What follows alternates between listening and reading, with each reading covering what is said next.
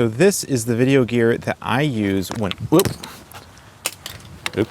This is the video gear that I use to shoot behind the scenes video content for my video productions that I do with my nonprofit clients.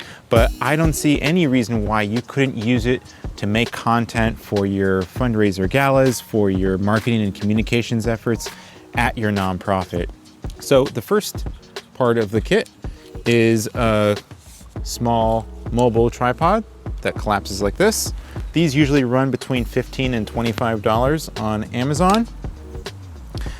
And sometimes they include a small mount that you can use to mount your iPhone to the tripod. What's really cool about this one from Manfrotto is that it actually collapses like this, and it looks pretty cool. And depending on the quality of your clamp, I usually like to be able to tilt the phone on this axis. And last but not least, but definitely most importantly, a pair of lavalier microphones with a transmitter that plugs into your iPhone like this. And what's great about these is that you just clip them onto your subject like so, and you can clip it onto yourself if you're doing an interview with them. There's also a charging case. Battery is included in here. You can record their audio even if they're relatively far away from the camera itself. If it's a windy situation, like it is today, they usually come with little muffs that fit on like that. There are tons of different manufacturers for these kinds of lavalier microphones, from DJI, from Rode, and to be honest, a lot of them are way overpriced and way too complicated to use, even for me. I want something that's foolproof, that just plugs and plays and is really easy to use. So that's why I recommend this particular model. It's from Hollyland, and I believe it runs around $140 to have a pair of lavalier microphones. So there are a few different reasons why I love this kind of kit. First of all is the size and mobility. Even if I'm using it on a larger production where I have a dedicated camera to shoot interviews, say like this one here, I can use this as part of my kit just to capture behind the scenes footage and to capture it with good audio.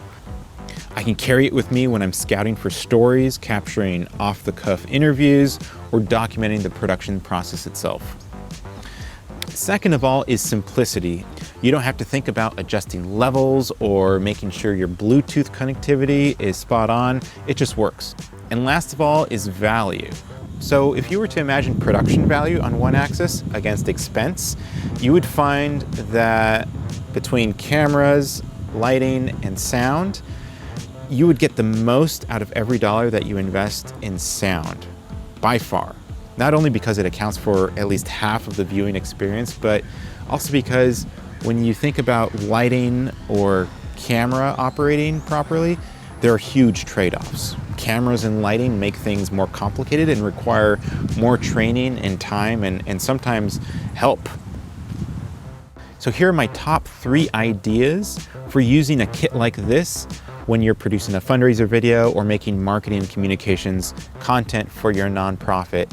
And some of these ideas actually necessitate a lightweight, simple, inexpensive kit like this to make possible. So my number 1 idea is to cast a story net. So if you can imagine a kit like this that costs less than $150, you can now consider equipping team members, volunteers, board members with a kit of their own.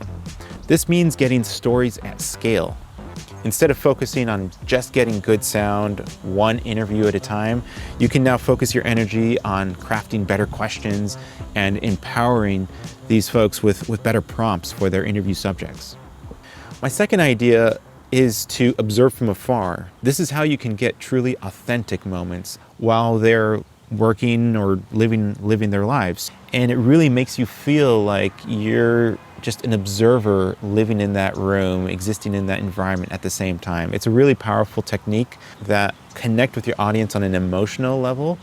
So as an example, last year I was producing a video for a fundraising gala for an organization called Sisterweb in San Francisco. Yeah, so if you get to a point where you're like, my contractions are 4 minutes apart, and this has been happening for a while, baby's coming, call the midwives. Yeah. So I essentially trained one of their staff members in their communications and marketing department to use this kit to capture footage of doulas and their expecting mothers having conversations in very private and sometimes very intimate scenarios. So it actually makes more sense to have a lower impact, sort of less cumbersome piece of video equipment to capture those kinds of moments.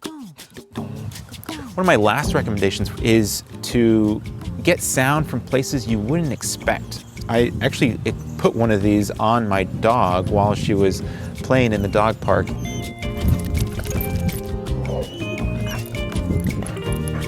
So you can put this in a car, you put it in a purse, you can put it on a stroller, on a bicycle, you can put it in so many different places where you can create a richer audio experience for your audience. Now, I actually have a bonus tip. If you happen to have an iPhone and you happen to be an Apple Watch owner or user, so you can use your Apple Watch to frame the shot and to start and stop recording from afar. So what I like to do when I'm doing an interview of a subject, I have my iPhone on a little tripod just out of frame. Instead of having to go back and forth to the iPhone to capture little video clips, I just press record from my Apple Watch, and it makes it super easy and less disruptive when I'm doing that interview. So if you like video strategy tips and tricks like this for your nonprofit, like and subscribe and press that little bell icon to be notified when the next one comes out. See ya.